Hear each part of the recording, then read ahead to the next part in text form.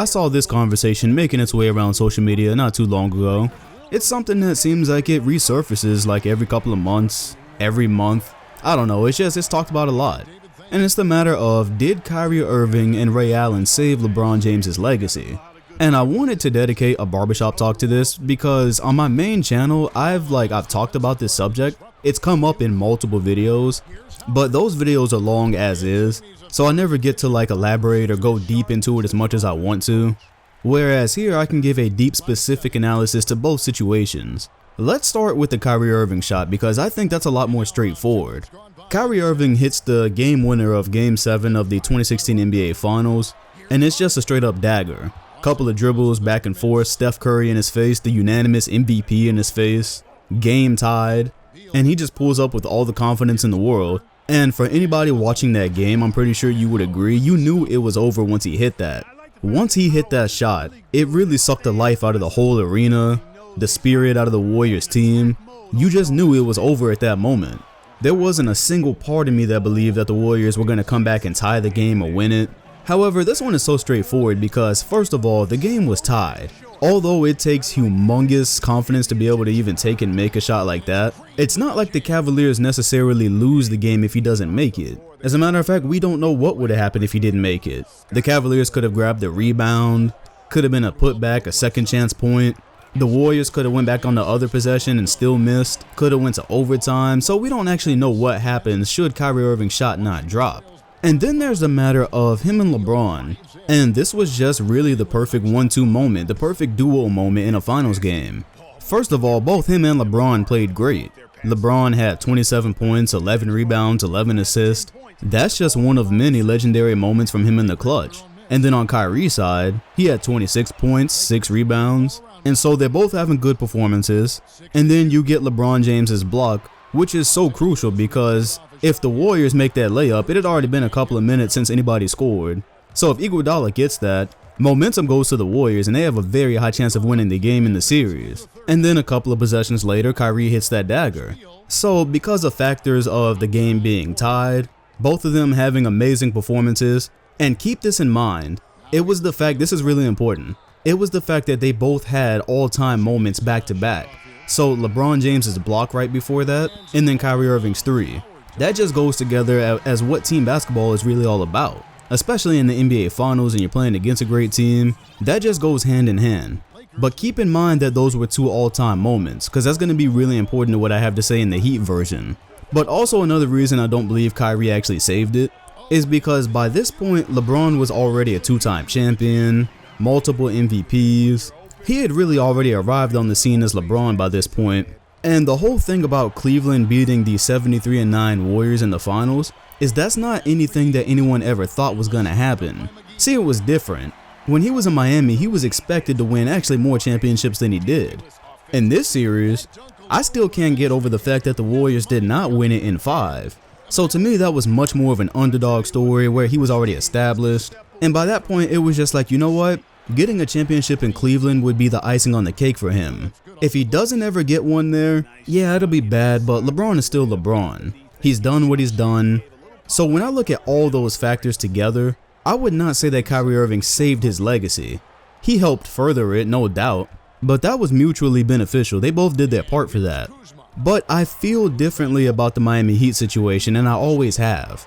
See, the thing about Ray Allen's shot, it differs in so many ways than Kyrie's, almost to the point that it's not comparable. It's comparable from the outside because when you just look at it, it's like 2 of LeBron's teammates hitting really clutch shots that ultimately lead to winning, right? Something like that. Well, here's how the Miami Heat situation is different. First of all, like I said earlier, this is Miami LeBron, so this is an entire different world of expectations. This is the world where he's come out and said that Miami was going to win, what, like 7 or 8 championships? This is the world where they just barely made it to the 2012 NBA Finals and won that one after they beat the Celtics. And they lost in 2011, so they're already 1-1. And so at that point, he's still proving something because he only had 1 championship in the 2013 going into 2013. He only had one ring to his name. There was still a lot more left for him to accomplish, more for him to prove. And this Miami LeBron overall, or above all I should say, is the most hated version of LeBron you could find. This is the one where people hate that he went to team up with Dwayne Wade and Chris Bosh. This is the one where people hate that he got on TV and had a party about it before they'd even won anything.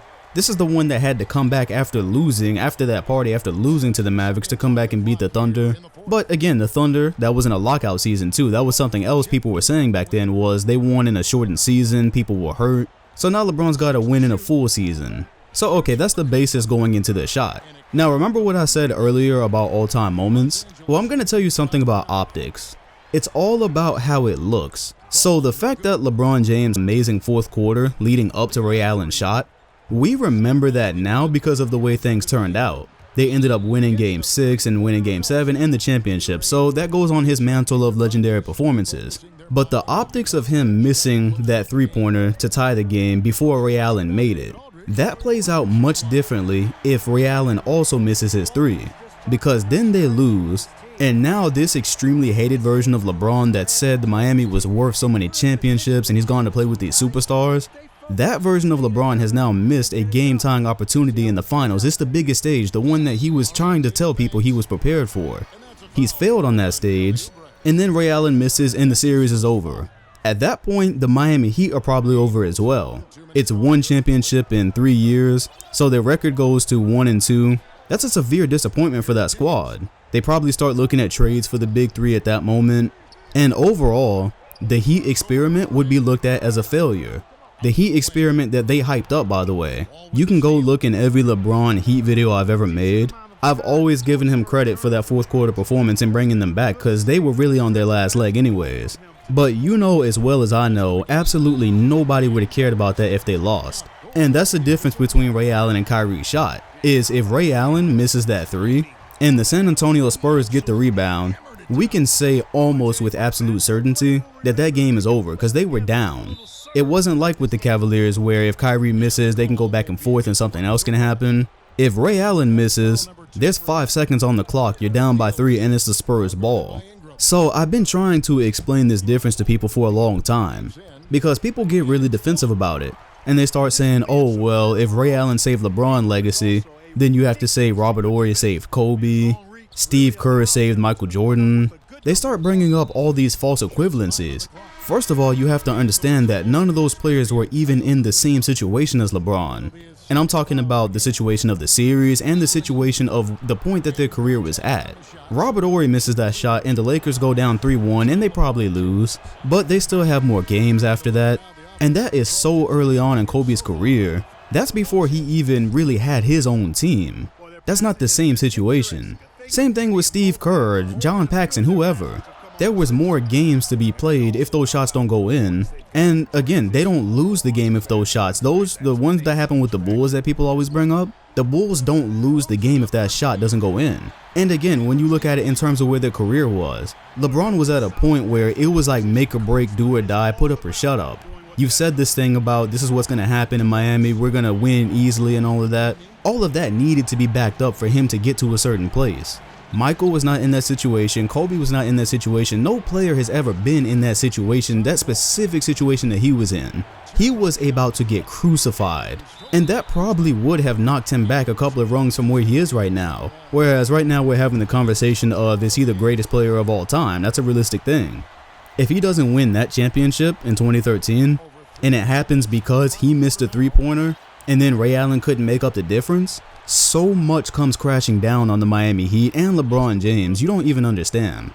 So people might misunderstand it, because when I say I believe that Ray Allen did save his legacy, I'm not saying that as a slight to LeBron and that he needed somebody to save him, or that he didn't perform or he didn't have all those points before that. I'm just saying it as a matter of fact for the situation that he was in and what happened in that specific moment. When you combine those, we would not today be talking about LeBron James as the greatest player of all time or the second greatest, because then Game 7 doesn't happen and he doesn't have that legendary performance. That directly affects his legacy and how we remember him, his ranking, it affects everything. So that's why I believe Ray Allen really did play a huge part in saving him right there, saving his legacy. It's not a slight, it's the reality of what was going on in 2013. of the climate around LeBron James and the Miami Heat. It's pretty much the equivalent of what he did to saving his own legacy in 2012, where if they would have lost to the Celtics team that was a 500 team throughout the season, and then after losing to the Dallas Mavericks, they lose to Boston before making the finals, he saved his own legacy that year. Cause again, that same climate was surrounding the Heat where he needed to prove himself. So in my opinion, the Ray Allen shot holds a special place really amongst all clutch shots in NBA history. Some shots are the difference between winning and losing a game or a series or a championship, but if you lived through the Big Three Miami era and you experienced everything that came with it, you just might call that one of the most important shots, if not the most important shot in NBA history.